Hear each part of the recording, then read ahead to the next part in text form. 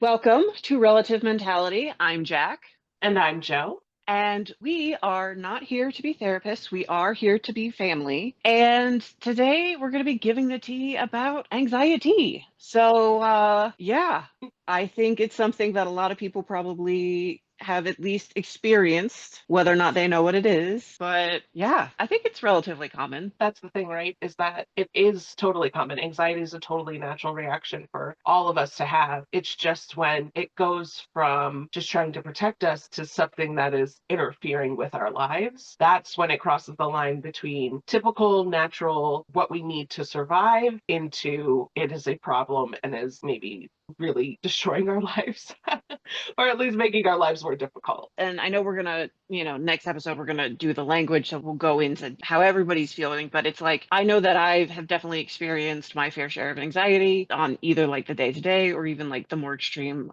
panic attacks. But it's one of those things that I think you've mentioned it before, or it might have been something my own therapist had told to me. But it's like, anxiety was like a natural thing that it's like watching out for predators and making sure we stay safe. And now we're stuck behind keyboards. There's no lion to attack us, but yet our body can't tell the difference. It seems like such a silly thing to think about, where it was like, yes, our caveman ancestors had to worry about this, and now I'm equally upset at an email coming in at 4:30. It's like my body doesn't know the difference, and I think that's wild. Like that's so funny. Absolutely. And that's it, right? We have all of these chemicals that flood our system when we're anxious, and those chemicals were meant to help us fight or flight, right? Fight the lion, run from the lion. But as you said, now we're stuck behind keyboards or we're in a class taking a test, and you can't just punch your teacher in the face and run out of the room. I mean, you could, but it probably Sure. wouldn't end well for you.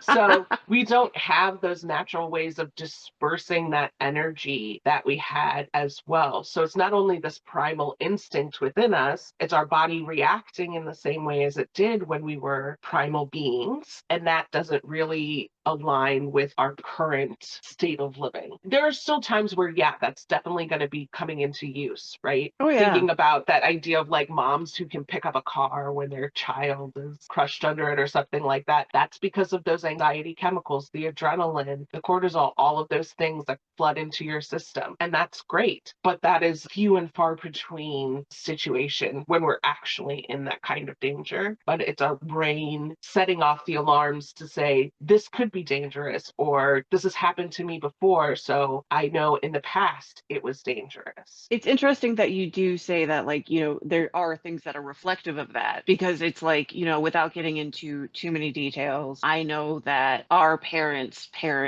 were not the best. And so there was a fight or flight response that needed to happen. And so when those people pass or you're able to get out of those relationships, there's then okay, well, now I have this anxiety and I have this learned behavior. And then I have these coping skills that helped me through these times. And then it just feels like to some degree, it then gets passed on to like me between mom and all the other aunts. It's like, yeah, there's a lot of stuff for sure that's like, oh, that's OCD from that was what you could control in your life is cleaning. And so that's now what you're doing. Yeah. Absolutely. I like to talk about intergenerational trauma. And that's one of those pieces to it is that that is a primal instinct to pass down our fears, to pass down the things we need to warn our children so that they can be safe. When we were living in the wild, we needed to teach them that animal is dangerous. But now that we're living in modern society, a lot of those things that are being passed down are not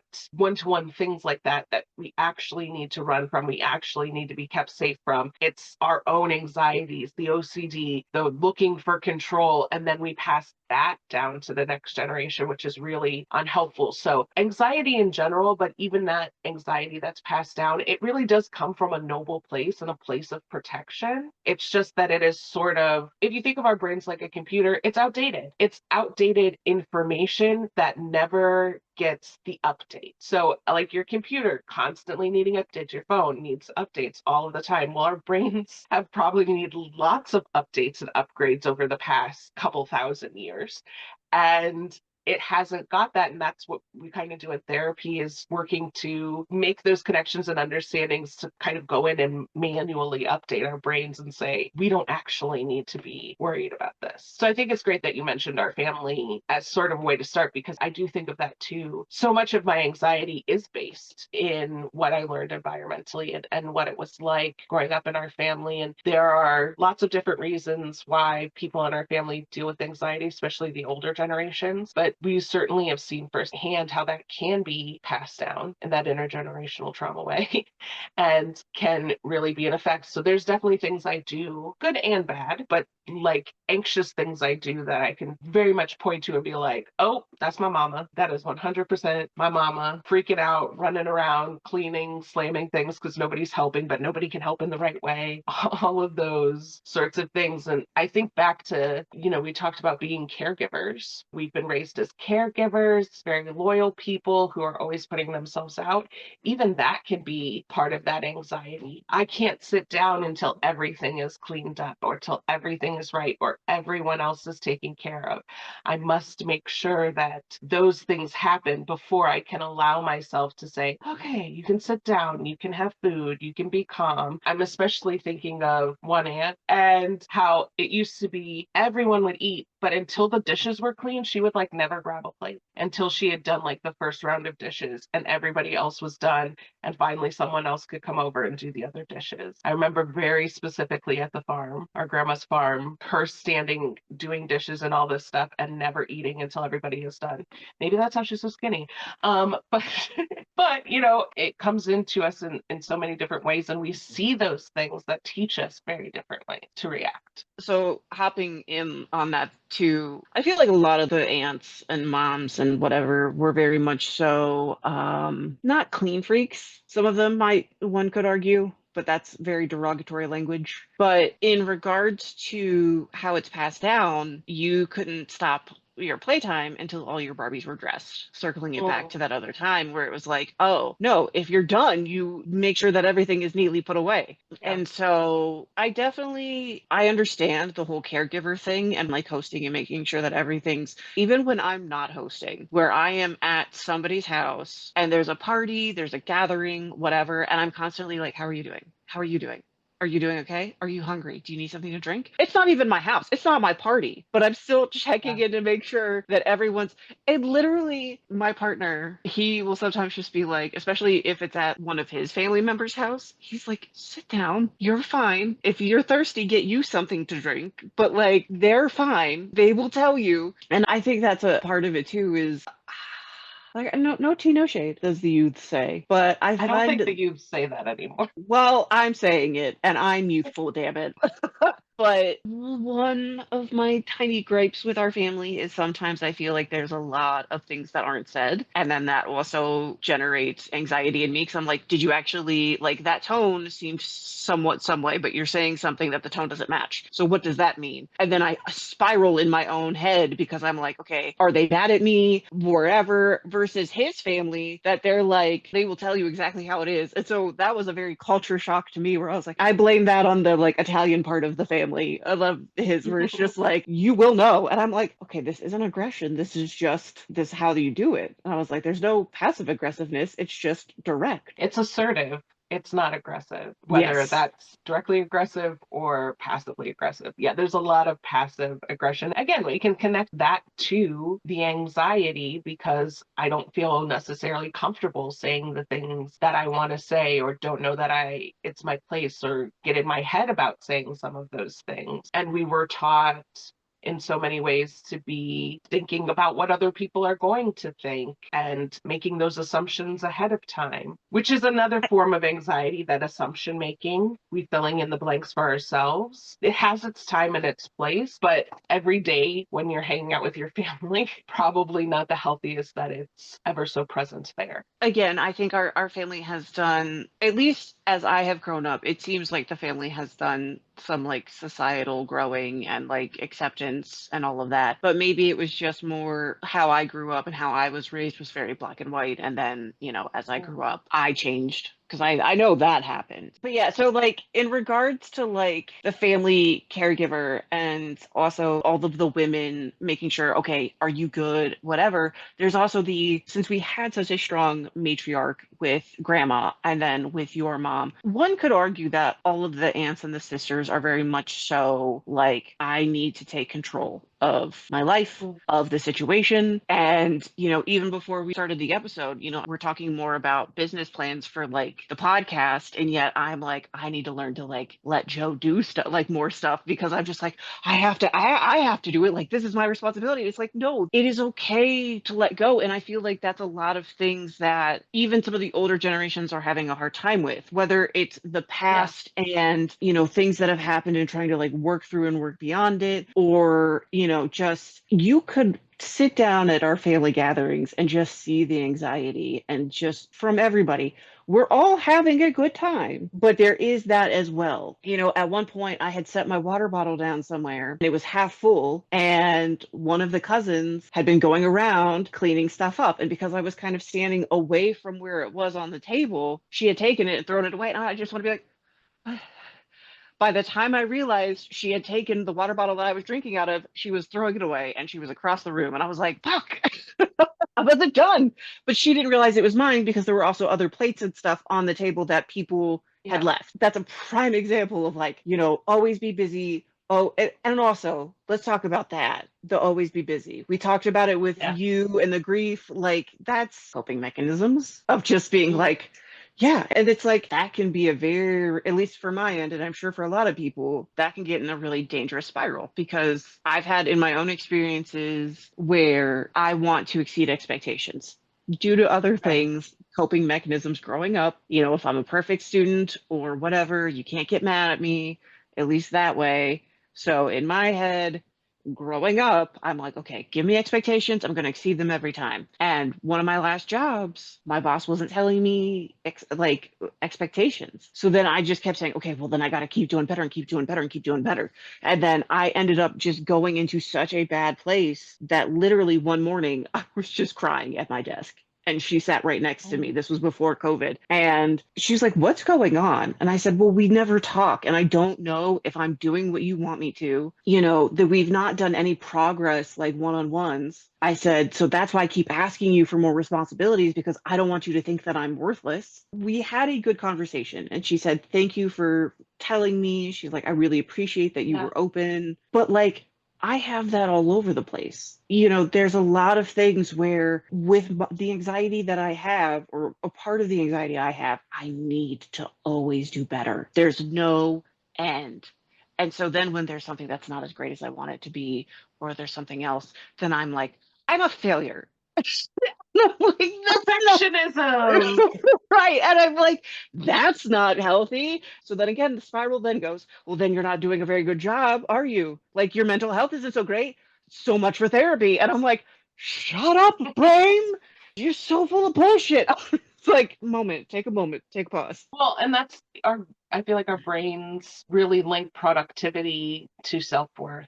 I don't know that that's for everybody everywhere. If it's just like a Midwestern lady thing, a Midwestern salt of the earth thing, if it's an American thing, I'm not 100% sure, but definitely linking productivity with whether we're worthy as a human being. And I think we talk a lot about the aunts and sort of the female experience from our family because that's the experience that we had. But I think there's Mhm. also it's the own version of anxiety that comes in sort of the more traditional roles maybe that the men in our family are in the like we have to be providers, like work Mhm. themselves to the bones at their jobs outside of the homes, working all kinds of crazy hours. I can think of our one uncle who does HVAC, who I can't even name how many holidays he's had to leave to go work or isn't going to get to come to because he's got to go and fix somebody's heating or AC or whatever because he's on call. And so that's another way that like anxiety of I have to provide, I have to make money, I have to do these things so that my family has this better life. I think that we see maybe that a little bit more in some of our male parts of our family. But when we look at what the core of it is, it's still that anxiety and that what I bring into the home, what I do within the home, that matters with my self-worth. And if I fail at that or I don't do that perfectly, then I have failed myself, I have failed my family, I have failed, well, I guess everyone, which obviously isn't true. You haven't failed just because maybe you didn't bring in as much money as you had wanted, or because you couldn't provide a homemade meal for your family that day, or because your bathroom is dirty. That's not really a failure. It's not something that we have to do, we need to do, but we are told as we are being raised that we're getting that message that we have to do these things, that we should do these things, that we need to do these things. And that can even get us into that external world, right? Because yes, it's our family, and everybody's family of origin, the family they grew up with is going to affect that. But it's also the world, the larger world we live in. And even though we're, you know, not quite as old as some people in our family, I'm coming for you, brother.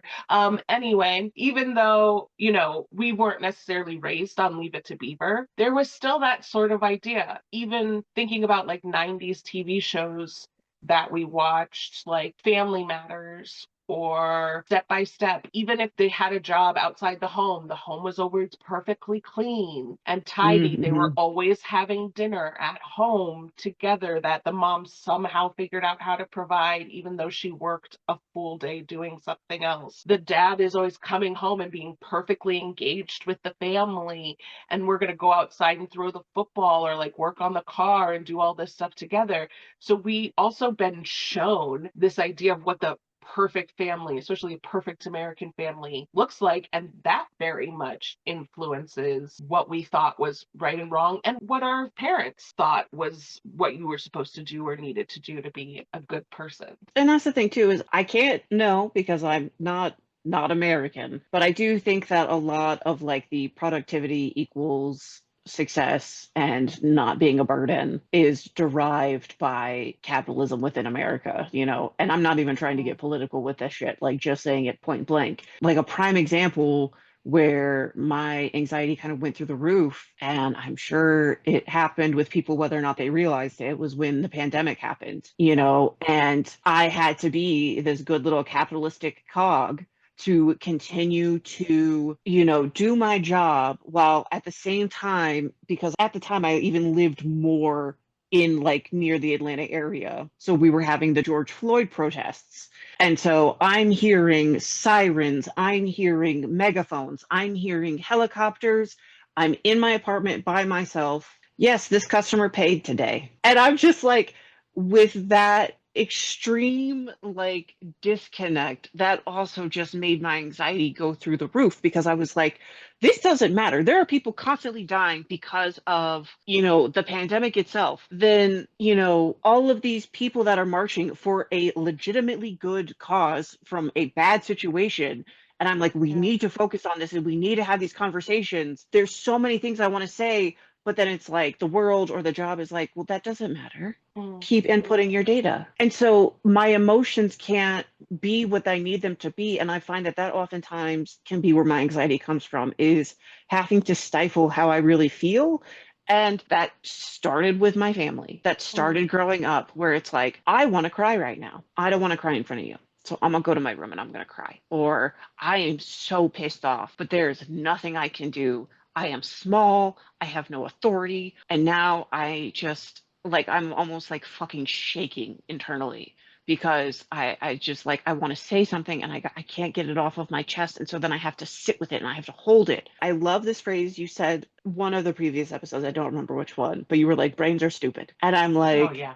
So, brains are yeah. stu-, and I love that. I say that to myself now several times, which has actually been a really great coping mechanism, you know, Yay. just being like, brain is stupid. Stop just for a second, think, stop. We think too much. I'm sure you probably got this as well growing up, where it was like children should be seen and not heard. Mm, And so that then told me your shit doesn't matter. Just be a good kid. Just exist. That turned into jobs. Just do a good job. Don't be a burden. Continue on. Relationships. Don't be a burden. Don't have wants. Don't have needs. Just exist. And yeah. so obviously I've done a lot of deconstructing. Doesn't mean that I still don't relapse, as I would refer to it as, because it's like, I know that oftentimes that's used in regards to like substance abuse and things like that, or self-harm. And it's like, sure, it's not that bad, but it's like, oh, I'm a burden. I'm like, no, I'm not. Yes, I am. No, I'm not. So sorry, I've But talked a lot. but here's the thing. I don't think it's fair to call it a relapse because it's not like you figured out the complete answer and were able to stop and then Mm. you fell back into that pattern. We have to remember when it comes to things like anxiety, especially for those of us who have anxiety that is genetic, that is very much linked to the primal parts of ourselves or that early programming of ourselves. Not just I feel anxious today, but people who have serious long term anxiety, it's a journey. And those moments that feel like a relapse, that's just a stumble. That to me is a very different than a relapse. That's just that the journey is not always continuously upward, right? There are going to be lots of times when we are sort of just at a plateau, maybe, or maybe there is a little moment of going down, but it's still part of our upward trajectory. It's not us stopping the progress. It's just us, yeah, struggling a little bit with that progress because our brains, all of that anxiety and stuff, that's stuff that's programmed into you. You can't Well, just get rid of that. and I was going to say, and I know we'll get more into this with giving the language, but like, doesn't anxiety, is it similar to that of like PTSD where it kind of rewires your brain? Because I know like Yeah. PTSD can like rewire, so I just wasn't sure if anxiety was a similar thing. I don't know that anxiety rewires our brains so much as it's built into the early wiring of our brains. Okay. So, not to say that it couldn't later on if we have a lot of increased anxiety or something like that, it could. But I'd say for the majority of us, certainly for us, and for a lot of people that are having this more lifelong anxiety, it's that there was stuff that was built in early on that is maladaptive.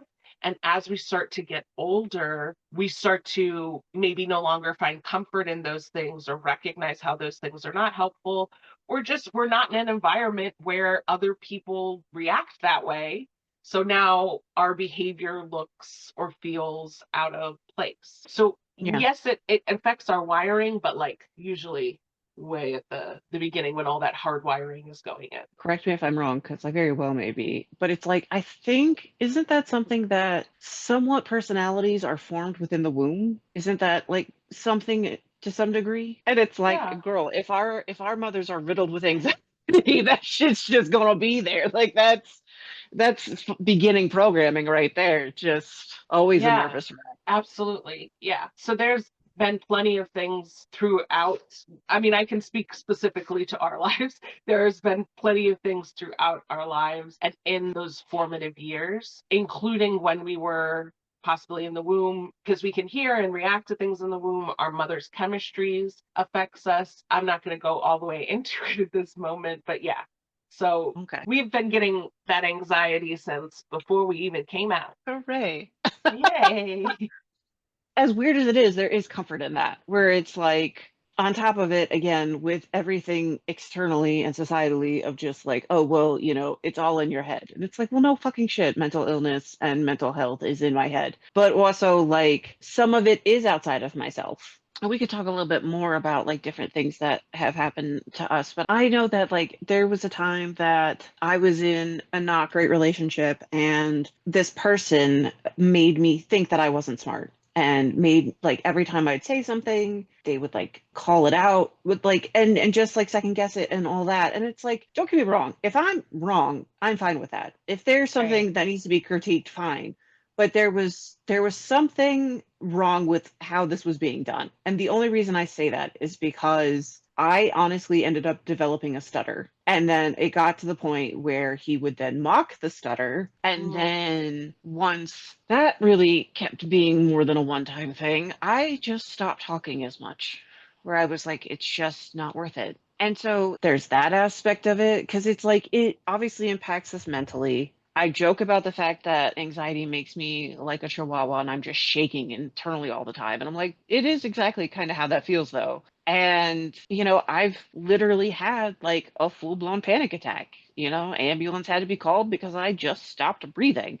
And so it's yeah. like it can get bad. And it's not to say that people who never experience panic attacks, okay, you have diet anxiety. Like that's not it's not anxiety. Like it's, everything like we've talked about, I think when we were talking about with like the grief, it's like what you experience is valid. And Yeah. anxiety is hard because it looks different for different people. I find a lot of my anxiety is wrapped in overthinking because I want to make sure that I know every out, every possible solution, and, any issue that could arise. That was with somewhat of my growing up because there would be times where I would literally get tested of like, okay, well, what if this happened? And I'd have to have an answer. And I was like, okay, well, what if that happened? And then I'd have to have an answer.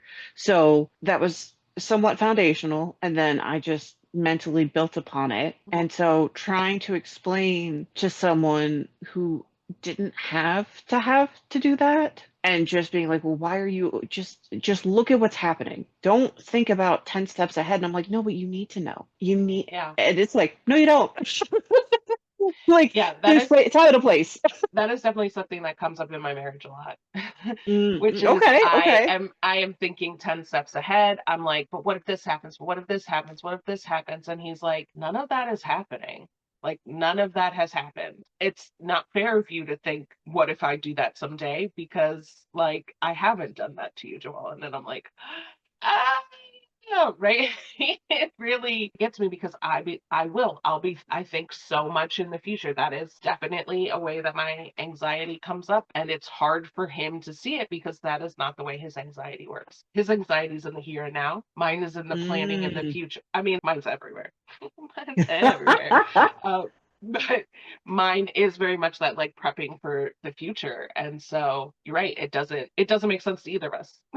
It's one of those things where it also sucks when I'm then vindicated or validated in my anxiety because like there one of my previous jobs, I was like they were training me and I was like, okay, well, what if this were to happen? And they were like, well, I've worked here 4 years and that's never happened. I said, okay, great.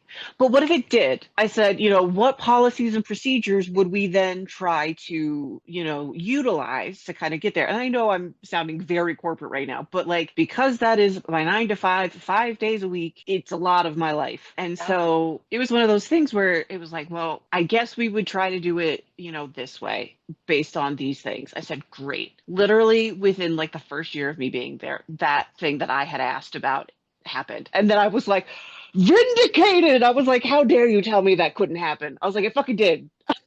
And so then my anxiety But is like, I was right. exactly.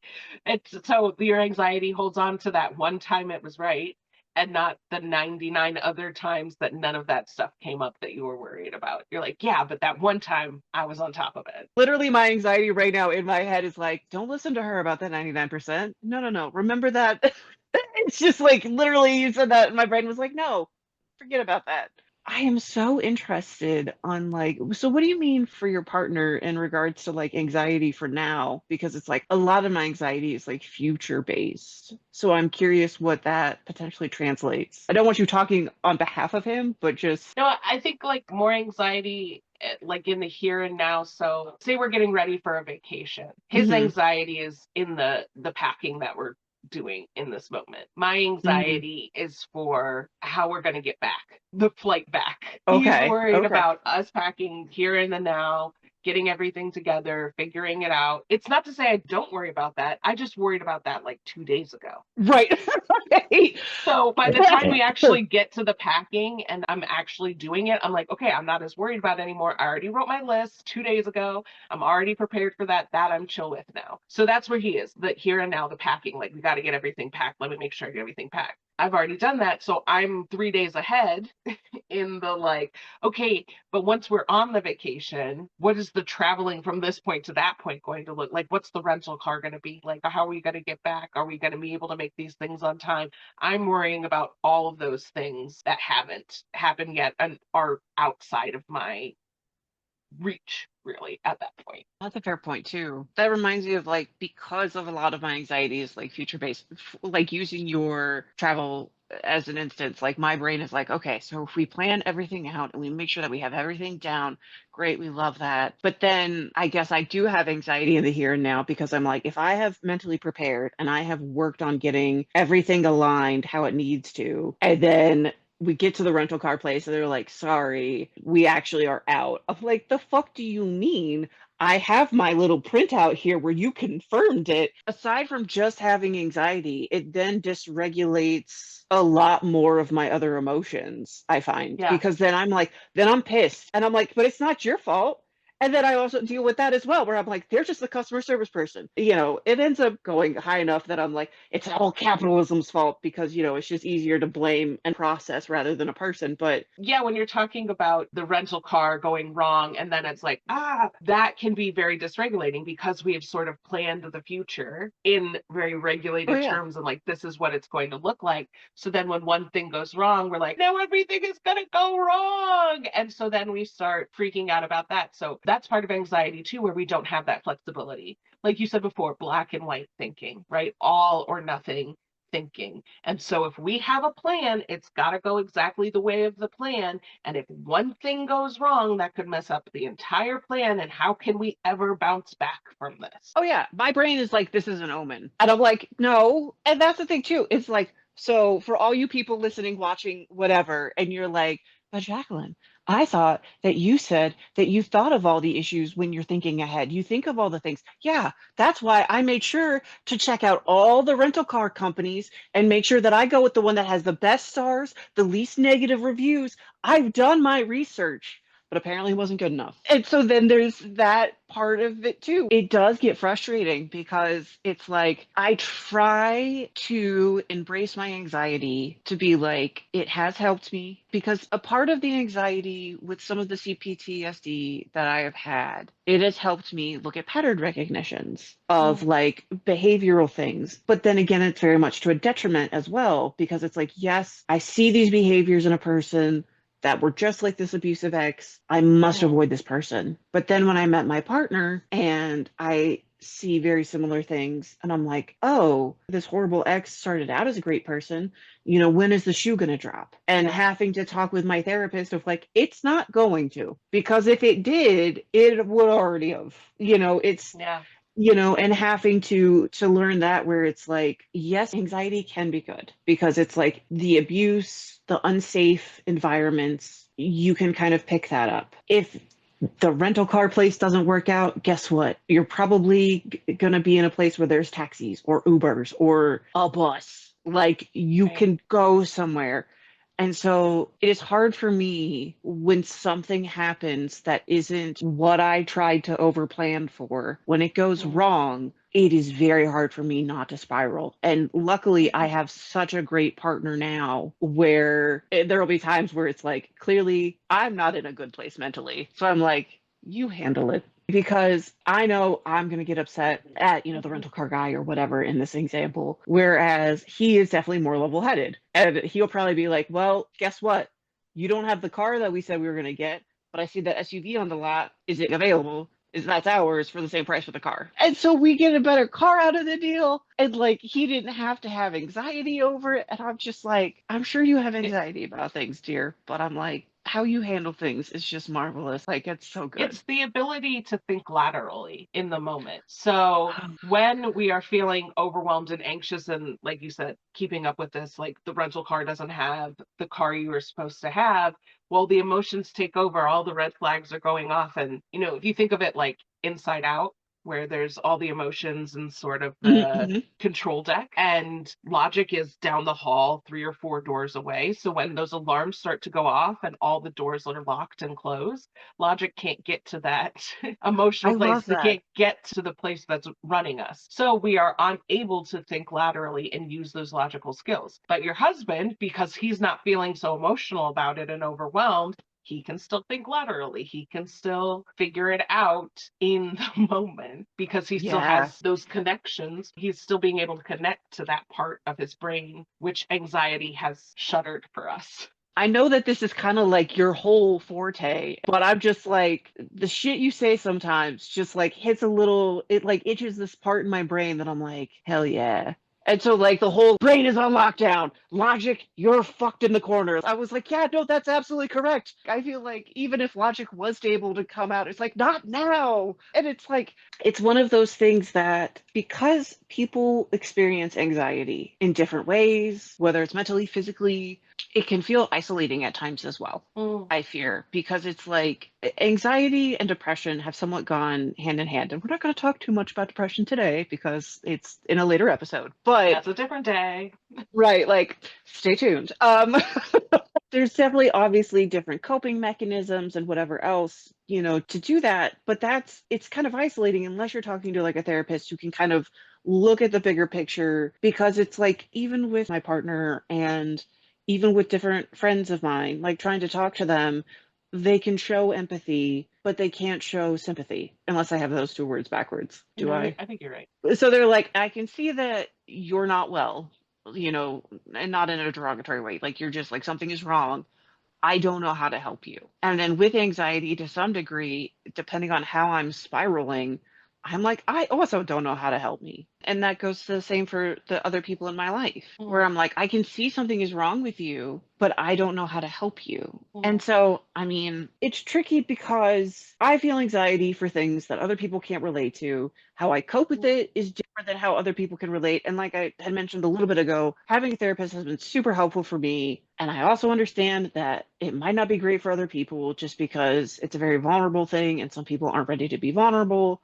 So there is no judgment from me for there, but for me personally, the therapist or even like talking with you, like I said, there's things you say that just itch my brain in such a way, and I'm like, I'm gonna have to save that nugget and think on it and like kind of live it a little. But in regards to like my partner, something that I had learned through therapy that I have then told him about so that he can help me when I'm really truly spiraling. I think it's called grounding, where it's like name 5 things you can see, name 4 things you can hear, name 3 things that you can feel, and it's one of those things that it's like, and then you go all the way to one, but you do all the 5 senses. I always do one for taste because I'm like, I'm usually not eating anything.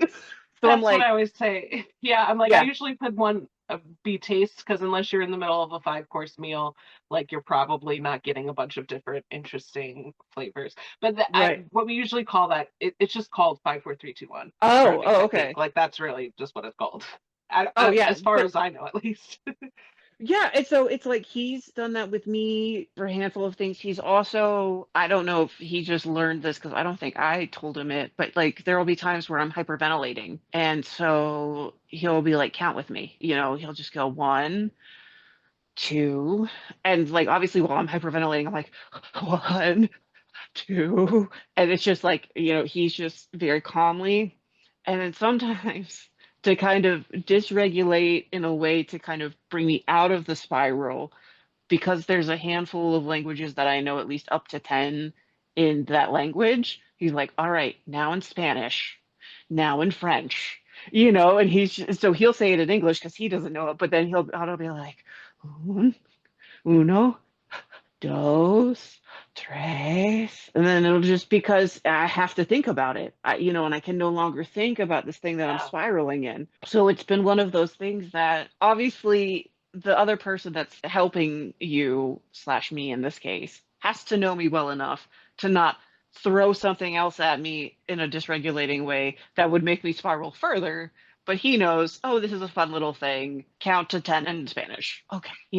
And so that's been helpful for me. How about you? Yeah, I mean, I love the interrupter. My husband sometimes is good at it. I also just sort of like to usually work by myself to calm down. Like having someone else present sometimes makes me feel more anxious, really. I'm sure that has nothing Um, to do with your upbringing and yeah, just nothing like, at all. yeah, how we were raised. Nothing to do with the fact that I was alone and needed to self-soothe a lot. So, yeah, grounding techniques, love that.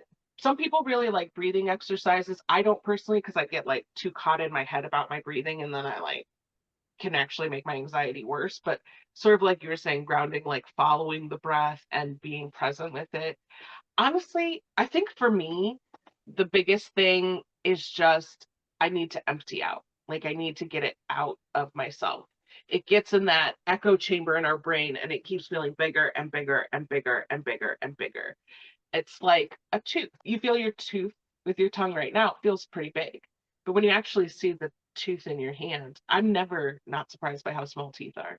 Like every time I see a tooth, I'm like, are you sure that's all of it? There's not more somewhere that we forgot because they're so little, but they feel so big. Anyway, the point is our thoughts are sort of like that, those intrusive thoughts when we're spiraling. So sometimes what we just need to do is like say them out loud so that we Mm. can hear that it doesn't make sense, so that we can process it through our hearing, or maybe like if you write it down and you can process it through reading what you just wrote. I'm a talker, so like making my husband just sit and listen to me complain for a little while, making my bestie sit and listen. Those sorts of things have always been helpful. Like I said, sometimes I like to do that on my own, especially if the weather's permitting.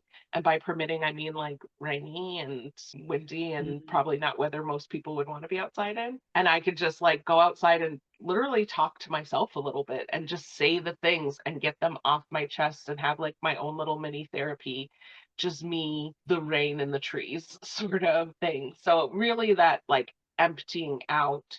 And then the distraction piece. One thing I do a lot, so I find that I'll be very anxious about work and it's hard to let it go at the end of the day. So I'll be trying to watch TV or relax and it's 11 o'clock and my brain keeps going back to thinking about work. So the interrupter, I just say my name out loud.